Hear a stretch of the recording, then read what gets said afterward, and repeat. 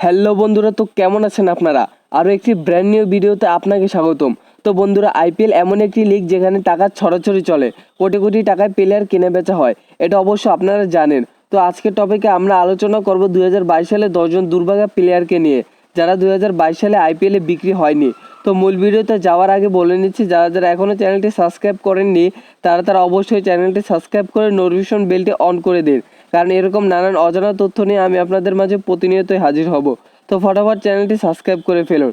আর যারা যারা চ্যানেলটি সাবস্ক্রাইব করেছেন তাদের আমার পক্ষ থেকে অসংখ্য শুভকামনা রইল। তো বেশি বকবক করব না, মূল ভিডিওতে চলে যাচ্ছি। Let's go.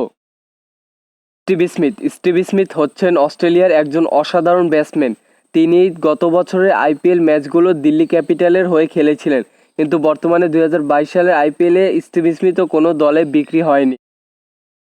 ইমরান তাহির হচ্ছেন সাউথ আফ্রিকার একজন লেগ স্পিনার বোলার। সে আইপিএলের গত বছরের ম্যাচগুলো সিএসকের হয়ে খেলেছিল, কিন্তু বর্তমান 2022 সালে আইপিএলে ইমরান তাহিরও কোনো দলে বিক্রি হয়নি।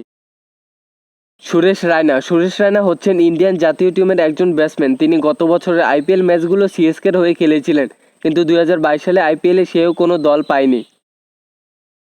অ্যাডাম জাম্পা হচ্ছেন অস্ট্রেলিয়ান একজন কুখ্যাত স্পিনার বোলার। অ্যাডাম জাম্পা 2022 সালে আইপিএলে কোনো দলেই বিক্রি হয়নি। সাকিব আল হাসান হচ্ছেন বাংলাদেশের একজন অলরাউন্ডার এবং সাবেক অধিনায়কও। তিনি গত বছরের ম্যাচগুলোতে আইপিএলে কলকাতার হয়ে খেলেছিলেন, কিন্তু বর্তমানে 2022 সালে সাকিব আল হাসানকে কোনো টিমই দলে নেয়নি। মোহাম্মদ নাবি হচ্ছেন আফগানিস্তানের একজন অসাধারণ অলরাউন্ডার। তিনি গত বছরের আইপিএল ম্যাচগুলো কলকাতা এবং সানরাইজার্স হায়দ্রাবাদের হয়ে খেলেছিল, কিন্তু বর্তমান 2022 সালে সানরাইজার্স হায়দ্রাবাদও তাকে দলে নেয়নি। বেন স্টোক হচ্ছেন ইংল্যান্ডের একজন অলরাউন্ডার। বেন স্টোক আইপিএলের গত বছরের ম্যাচগুলো রাজস্থান রয়্যালসের হয়ে খেলেছিল, কিন্তু 2022 সালের আইপিএলে বেন স্টোকও কোনো দল পায়নি। এই সেই অস্ট্রেলিয়ান ব্যাটিং দানব যিনি আমাদের 4 ছক্কার মাধ্যমে মাতিয়ে রাখতেন। হ্যাঁ, আমি ক্রিস গেলের কথাই বলছি। ক্রিস গেলের মতো প্লেয়ারও এখন বর্তমানে আইপিএলে বিক্রি হয়নি।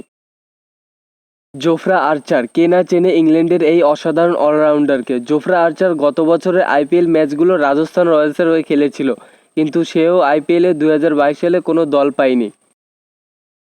স্যাম কারেন হচ্ছেন ইংল্যান্ডের একজন ফাস্ট বোলার। স্যাম কারেন আইপিএলের গত বছরের ম্যাচগুলো চেন্নাই সুপার কিংসের হয়ে খেলেছিল, কিন্তু বর্তমানে 2022 সালে আইপিএলে স্যাম কারেনও কোনো দলে বিক্রি হয়নি। তো বন্ধুরা, এই ছিল আজকের ভিডিওটি দেখে যদি নতুন কিছু জানতে পারেন তাহলে অবশ্যই একটি লাইক করে দেবেন, এবং অবশ্যই কমেন্টে জানাবেন আপনি এই 10 জনের ভিতরে কাকে সবচেয়ে বেশি মিস করছেন। তো কথা হবে নতুন কোনো ভিডিওতে। ততক্ষণের জন্য সবাই সুস্থ থাকুন, ভালো থাকুন। আল্লাহ হাফেজ।